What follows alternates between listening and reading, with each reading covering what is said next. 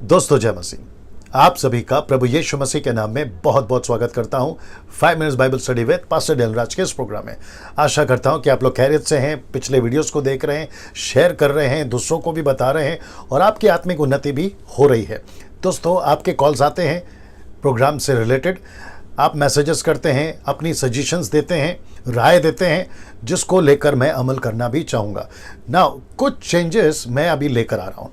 Changes यहाँ हैं कि हम आपको सिर्फ स्लाइड्स दिखाएंगे जो शुरुआत में 7 स्लाइड्स में दिखाता हूँ, उसके ऊपर मैं बात नहीं करूँगा। आप देख लीजिएगा, आप खुद ही समझ जाएंगे। अगर आपको डिटेल में उसको क्या है, क्या मैं बोल रहा हूँ, तो मेरा पिछला वीडियोस लोग जो है आप लोग उसको देख सकते हैं। चलिए दोस्तों, यहाँ से शुरू करूँगा। आज एक ऐसे वचन का खुलासा है, मैं यकीन जानता हूँ कि आप बहुत ब्लेस होंगे।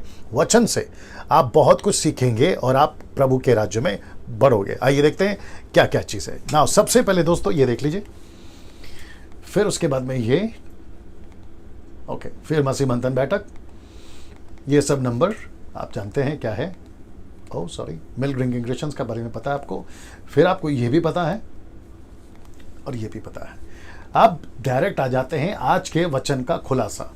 और अब ऐसे ही चलेगा दोस्तों, क्योंकि आप लोग भी चाहते हैं कि ऐसे कुछ हो, तो मैं वैसे ही करना चाह रहा हूँ, ठीक है ना। आज के वचन का खुलासा मैं वापस कहता हूँ कि आज के वचन का जो खुलासा मैंने रखा है, खैर आप लोग ने थंबनेल तो देख लिया होगा, लेकिन उसके बावजूद मैं आपको बिल्डअप करना चाहता हूँ कि ये वचन जिसका मैं अभी खुलासा करने जा रहा हूँ आपको बहुत ब्लेस करेगा। आप सीख पाओगे, समझ पाओगे क्या है ये वचन, ठीक है ना। वचन है मत्ती की किताब, उसका 7:6, मैथ्यू चैप्टर 7:6। अब इसको आपने कई बार पढ़ा है, आप लोग शायद 10 साल से, 20 साल से, मुझे नहीं मालूम, आप लोग पढ़ते हैं, अपनी अपनी इंटरप्रेट रखते हैं, आपको जैसा ठीक लगता है। आप शायद दूसरों को सिखाते भी होंगे और ख़ुद को भी आप लोगों ने ये तसल्ली दी होगी कि ये वचन ऐसा ही है। लेकिन जब आपको पता है मैं उस सीरीज़ में हूँ या फिर उस क्या कहते हैं प्रक्रिया में हूँ जहाँ वचन को लेकर मैं खुलासा कर रहा हूँ, तो मत्ती 7:6 मेरी नज़र में आया।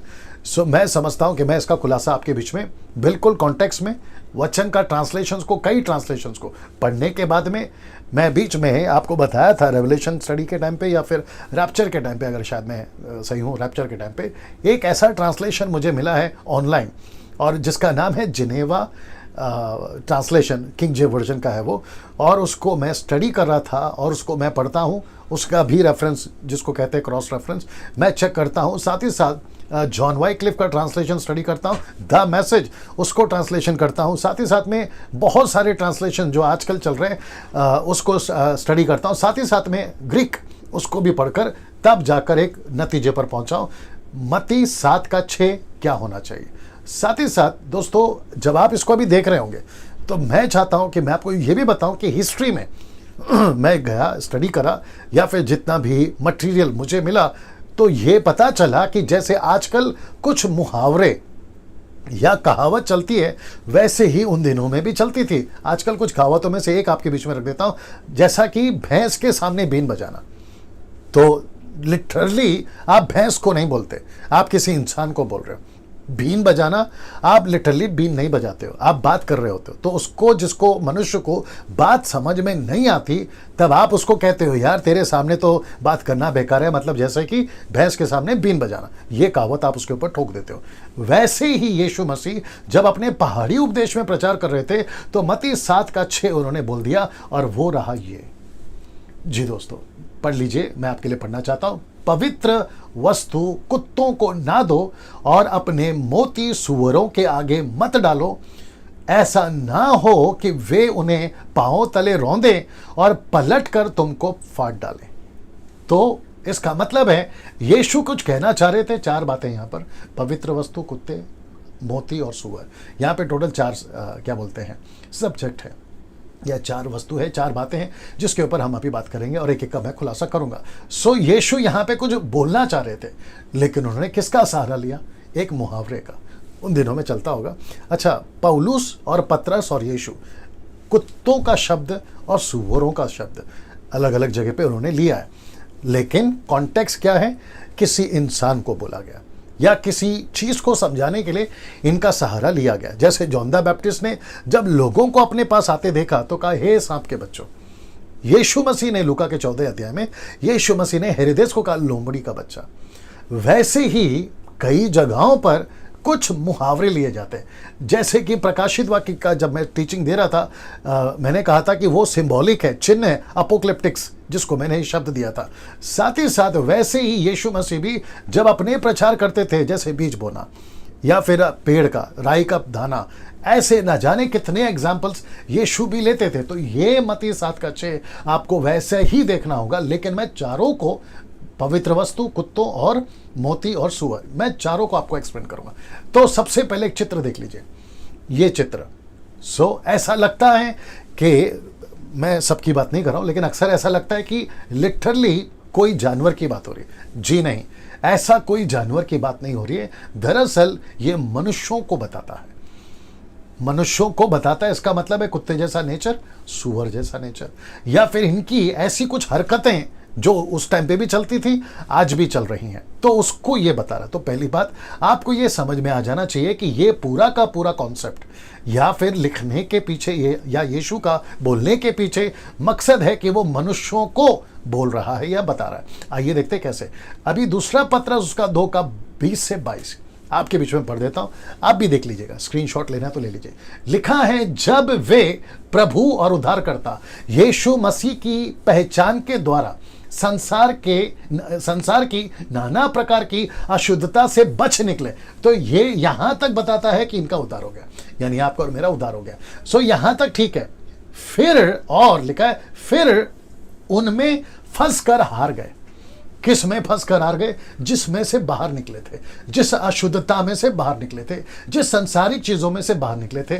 वो तंबाकू था, वो सिगरेट था, वो दारू था, वो गलत काम थे, वो वेश्यापन था, मूर्ति पूजा थी, नाना प्रकार की झूठ था, चुगली थी, भ्रष्टाचार था। वो सभी पाप जो इंसान करता है, गलती किताब उसके 5वें अध्याय वचन 18 से अगर आप पढ़ोगे, वो सभी पाप से जब तुम निकल गए, लेकिन फिर ये देखिए ना, लिखा है और फिर उनमें फंसकर हार गए।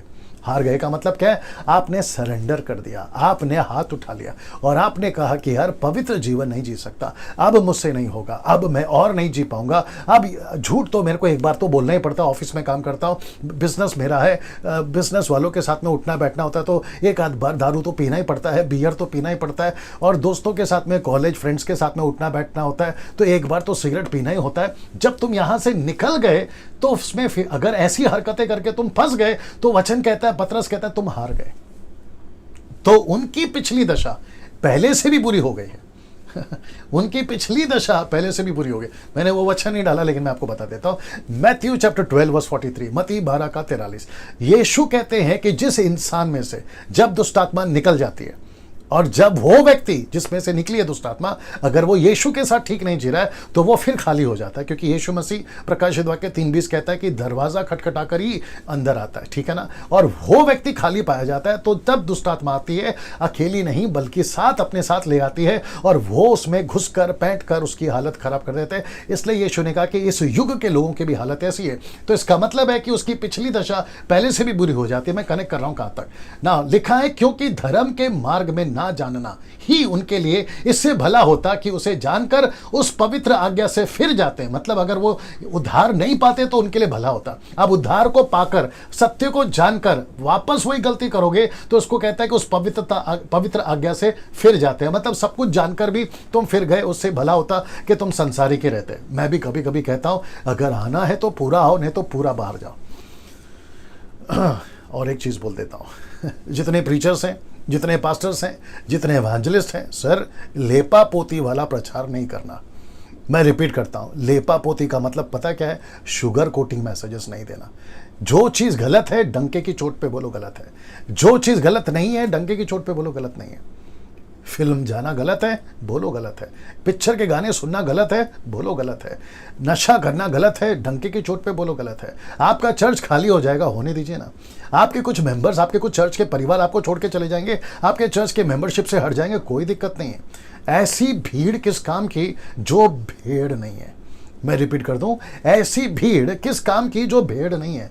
ऐसी भेड़ जिसमें भीड़ नहीं है, वो भेड़ काम की है, या वो भीड़ काम की है। देखिए, आप समझने की वाली बात है। फिर कहता है कि जो उन्हें सौंपी गई थी उन पर यह कहावत ठीक बैठती है। किस पर कहावत ठीक बैठती है? जो उद्धार पाकर हार गए पाप से, और उनकी दशा अच्छा ही होता कि वो संसारिक होते, प्रभु में नहीं आते, तो उन पर कौन सी कहावत, ये देखिए ना, कहावत मुहावरा, कौन सी कहावत, ये वाला कि कुत्ता अपनी छांट की ओर और धोई हुई सुअरनी कीचड़ में लोट पोट होने के लिए फिर चली जाती है। इसका मतलब है बात किससे हो रही है? बात इनकी नहीं हो रही है सर, बात हो रही है इनके जैसे चरित्र, कैरेक्टर्स, नेचर, ऐसे मनुष्यों की बात हो रही है। तब जाकर यीशु मसीह ने ये वचन डाला।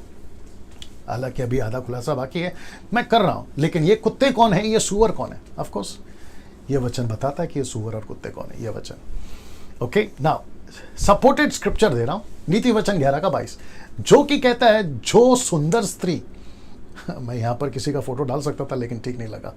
लिखा है कि जो सुंदर स्त्री विवेक नहीं रखती वह थूतन में सोने के नथ पहने हुए सुअर के समान है। आप ये चित्र देख लीजिए। तो इसका मतलब है ये कौन है?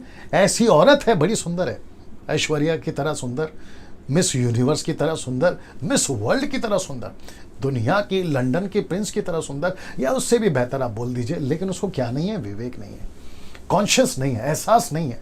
तो ऐसों को नीति वचन, सुलेमान राजा नीति वचन कहता है, लेखक कहता है कि वो सुअर है। सुअर कैसी? कीचड़ में लोटपोट होकर सोने के नथ पहने जैसी है वो। मतलब सुंदर तो है लेकिन विवेक पूरा कीचड़ वाला। सुंदर तो है, दिमाग नहीं है। सुंदर तो है, अक्ल नहीं है। सुंदर तो है, परमेश्वर के वचन को नहीं समझते। सुंदर तो है, सब कुछ है, टैलेंट है, सुंदर है, क्या कहते हैं ना, पूरा दुनिया में फेमस है, लेकिन ऐसी हरकतें हैं, तो फिर उसको क्या कहें? वही तो कहेंगे जो लिखा है, सुअर के समान है ना। दोस्तों, ये हो गया 2 पार्ट। मतलब आपको मैंने अभी तक जो बताया ये बता दिया, ये दोनों को बता दिया, ठीक है ना, इनका कैरेक्टर को बता दिया। अब बात करते हैं यीशु मसीह ने कहा इसकी मोती और पवित्र वस्तु। ना ये इमेज या पिक्चर या फोटो आपको सिर्फ समझाने के लिए रखा है, ठीक है ना। वापस कहता हूं कि यीशु मसीह मोती की बात नहीं कर रहे थे। उसका कनेक्शन किससे है, आइए देखते हैं। तो सबसे पहले पवित्र वस्तु कौन है? पवित्र वस्तु यीशु है, और जिसको इंग्लिश में अगर आप द मैसेज क्या कहते हैं ट्रांसलेशन पढ़ोगे, सेक्रेड, जिसको कहते हैं सेक्रेड, जिसका मतलब है related to God, related to God. जी, मैं वापस कह रहा हूं जो मैंने पहले कहा था, मैं बहुत सारे ट्रांसलेशंस को पढ़कर, बहुत सारी स्टडी कर आपके बीच में आता हूं। एक भी स्टेटमेंट विदाउट स्टडी डैनियल राज नहीं देता, इसलिए डंके की चोट पे बोलता हूं कि जिसको 18 पता है उसको 17 मत सिखाओ। आप 19 सिखाओ, आपके पैर के पास बैठ के सीखूंगा। वापस कहते हैं पवित्र वस्तु कुत्तों के आगे मत डालो। ऐसे कुत्ते, मनुष्य की बात हो रही है, ऐसे मनुष्य, ऐसे कुत्ते वाले मनुष्य जिनको पवित्र वस्तु की कदर नहीं है, जिनको यीशु की कदर नहीं है। वापस कहता हूं सेक्रेड, मतलब इसका मतलब होता है गॉड से रिलेटेड है और परमेश्वर से संबंधित है, ये उसको बताता है, ठीक है ना। इसलिए मैंने ये डाला हुआ। आप द मैसेज का मैथ्यू 7:6 पढ़ लीजिए, आपको भी मिल जाएगा। आप गूगल में ढूंढना चाहते हैं इसका मतलब, वो भी आपको मिल जाएगा, ठीक है ना। सो पवित्र वस्तु कुत्तों के आगे मत डालो। अब मैं आपको कनेक्ट करता हूं कहां पर, और साथ ही साथ ये भी बता देता हूं। पहला मोती सुसमाचार, जो कि यही ट्रांसलेशन द मैसेज कहता है होली मिनिस्ट्री, जो कि मोती का मतलब है सुसमाचार। सुअर के आगे मत डालो। तो यीशु को और सुसमाचार को, हालांकि सुसमाचार यीशु एक ही है, बात अलग है, नहीं है, दोनों एक ही है। बात हो रही है पवित्र वस्तु और मोती की। ये दोनों को मैं एक साथ में आपको बता देता हूं, क्योंकि टोटल 4 हैं, सुअर, कुत्ता, मोती, माफ करें, पवित्र वस्तु और मोती, ये हो गए 4 आपके बीच में। ये लास्ट पार्ट है, आपको ये 2 समझा देता हूं ना। कुछ लोग कहते हैं मेरे घर के लोग विश्वास में नहीं आते, मैं उनको कितनी बार समझाऊं। ये वचन आपको सपोर्ट करेगा ऐसे कुत्तों के आगे और ऐसे सुअर के आगे जिनको कदर नहीं है। ऐसा लिखा ना, अभी मैं वापस पढ़वा देता हूँ, ये वचन को वापस पढ़वा देता हूँ। ये देखिए ना, लिखा है पवित्र वस्तु कुत्तों को ना दो, अपने मोती सुअर के आगे मत डालो, ऐसा ना हो कि वे उन्हें पांव तले रौंदे। पांव तले क्यों रौंदेंगे भैया? क्योंकि उनको कदर नहीं है ना, मोती की और पवित्र वस्तु की उनको कदर नहीं है, और पलट कर तुमको फाड़ डाले तो उनको ऐसा लगेगा कि यार ये क्या बोल रहा है, यार ये क्या फेंक रहा है मेरे आगे, और उसको गुस्सा भी आ सकता है। जानवर की बात कर रहा हूं। वैसे यीशु ने कहा जैसे उनको कदर नहीं है और उनको ऐसा लगता है कि ये पत्थर फेंक के मार रहे हैं, या जानवर की बात कर रहा हूं, उनको लग रहा होगा कि ये पत्थर फेंक के मांग रहे हैं। वैसे ही बहुत सारे रिलेटिव्स, बहुत सारे आपके दोस्त, आपके पड़ोसी, आपके रिश्तेदार, आपके ऑफिस, आपके स्कूल कॉलेज के मित्र जो है, इसको जब कदर नहीं करते हैं तो वो पलट कर जो है आपको भला बुरा कहते हैं। तो ऐसे टाइम पे आप क्या करें ना, एक ऐसी चीज बोलने जा रहा हूं जो आपको शायद समझ आएगी। यीशु को किसी के सामने पेश करने के लिए या सुसमाचार को किसी के सामने देने के लिए आपको किसी भी प्रकार का शर्मिंदगी नहीं उठानी है। आपको बेचारा बनकर सेवा नहीं करनी है। लेट मी रिपीट अगेन, मैं वापस कह देता हूं, आपको बेचारा बनकर सेवा करने की जरूरत नहीं है। आपको यहां पर थोड़ा सा एटीट्यूड रखना पड़ेगा। एटीट्यूड का हिंदी शब्द है रुबाब, क्योंकि जिस यीशु को आप दे रहे हो ना, वो सृष्टि करता है वो सृष्टि करता है। पतरस को जब पता चला कि यीशु को पकड़ने आए थे सिपाही डाकू या जो भी आर्मी सोल्जर, रोमन्स के सोल्जर्स, तो पतरस ने तलवार निकाली और एक सिपाही का कान काट दिया। यीशु ने कहा कि पतरस अपनी तलवार अंदर रख ले, अगर मैं चाहूँ ना चुटकी बजाकर 12 पलटन स्वर्गदूत को नीचे बुला सकता हूँ। और आपको यह भी याद होगा कि जब यीशु को पूछा कि यीशु कौन है, तो यीशु ने कहा कि मैं हूँ। आपको पता है क्या लिखा है? सब जमीन पे गिर गए। ये है यीशु का रुबाब। मैं कैसे समझाऊं आपको कि यीशु का प्रचार करते वक्त में अपना रुबाब रखिए, अपनी एटीट्यूड रखिए, सर नीचे मत रखिए, बेचारा बनकर सेवा मत करिए। खास करके मैं गांव के पास्टरों को, गांव के एवेंजलिस्ट को, यूथ को और वो सभी सेवकों को कहना चाहता हूं कि सर बेचारा बनकर सेवा मत करिए। गरीब दिखकर सेवा मत करिए। गरीब जरूर हैं आप, गरीब दिखकर सेवा, या फिर ऐसा अपनी पहचान ये मत रही यार आ जाओ ना चर्च में, यार यीशु को स्वीकार करो ना, ऐसा बेचारा वाला मत करिए। मैं इस वचन के वसीले से बात कर रहा हूँ। बहुत समझना है आपको, बहुत समझना है आपको, है ना। इसलिए तो लिखा है ना कि बुद्धि होना बहुत जरूरी है, विजडम होना बहुत जरूरी है, अंडरस्टैंडिंग होना बहुत जरूरी है। मैं उन सभी माँ बाप को कहना चाहूंगा जिनके बच्चे शायद यीशु का कदर नहीं करते, लीव इट। कोई मेहरबानी करने की जरूरत नहीं है। मैं यहां थोड़ा सख्त हूं, मुझे मालूम है कोई जरूरत नहीं है। आपने अपने पति को एक बार समझाया, कोई जरूरत नहीं है भीख मांगने की। आपने अपनी पत्नी को समझाया, कोई जरूरत नहीं है बार बार भीख मांगने की। वापस कहता पवित्र वस्तु मोती कुत्ते और सूअर के आगे मत डालो, क्योंकि वो उनका कदर नहीं करते। और मैं आपको बता दूं, परमेश्वर को जिसको चुनना होगा, जैसे चुनना होगा, कब चुनना होगा, परमेश्वर को पता है। आपका जो पौल है ना, पौलुस, जब वो शौल था ना, साउल, वो बहुत हट्टी था, वो किसी के नहीं सुनता था। लेकिन जब उसको स्वर्ग से यीशु मसीह का, मेरी मुंबई के भाषा में बोलूंगा, जब फटका मिला, या जब उसके ऊपर डंडा पड़ा, या जब यीशु का दर्शन उसको मिला, उसकी होश ठिकाने आ गए। मैं आप सभी को एनकरेज करना चाहता हूं, जितने माता पिता, पति पत्नी, दोस्त, भाई बहन, आप जितना स्ट्रगल करते हैं ना किसी को कन्विक्ट करने के लिए कि यार यीशु में आ जाओ, आप है ना यीशु को स्वीकार करो, बाइबल पढ़ो। मैं तो कहना चाहता हूं, ये मैसेज सुनने के बाद में अपने आप को आप मजबूत करिए और किसी के सामने झुकने की जरूरत नहीं है, बिल्कुल नहीं। डंके की चोट पे प्रचार करो, सुनता है तो सुन, नहीं तो नमस्ते, ऐसा रुबाब रखिए। मैं वापस कहता हूं, आप किसी को सड़क पे प्रचार कर रहे हैं, सुनता है प्रेज गॉड, यार तेरे भलाई के लिए बोल रहा था, अब तेरे को नहीं समझ में आता तो नमस्ते, मैं तो आगे चला। यीशु ने क्या बोला पता है? लूका की किताब उसके 10वें अध्याय में, जो घर योग्य है उसी घर में जाना। सीधा यीशु का एटीट्यूड देखो यीशु कहता है कि जो घर तेरे को योग्य लगेगा, या जो घर तुझे स्वीकार करेगा, उसी घर में जाना। अगर तुझे लगा कि वो घर योग्य नहीं है, या उसने तुझे स्वीकार नहीं किया, अपने पैर की धूल झाड़ देना, मैं न्याय के दिन उससे बदला लूंगा। Can you believe this? अब आप सोच के देखिए, पवित्र वस्तु मोती क्या कीमती चीज है। पवित्र वस्तु, अच्छा क्या कहते हैं उसको? जॉन वाइक्लिफ ट्रांसलेशन कहता है होली वन। तो पवित्र वस्तु की जगह पे है होली वन। होली वन कौन है? यीशु है। और मोती सुसमाचार को बताता है, होली मिनिस्ट्री, यानी कि यीशु की सेविका। मोती तो है परमेश्वर का वचन, ये देखिए ना, मोती तो है परमेश्वर का वचन। जिंदगी बदल जाती है। तेरा वचन मेरे पांव के लिए दीपक, मेरे मार्ग के लिए उजियाला है। सोने से भी उत्तम, कुंदन से भी बढ़कर है यीशु का वचन। तो ऐसी कीमती चीज को हम भीख की तरह क्यों दें, बेचारे की तरह क्यों दें? हम और आप सभी को पता है, जो क्राइस्ट फॉलोवर है, हम क्या चीज लेकर दुनिया में घूम रहे हैं। मैं थोड़ा सा टाइम ले रहा हूं, मुझे मालूम है, but let me connect in other way also. जो देश के नेता होते हैं ना, उससे बढ़कर आप हैं।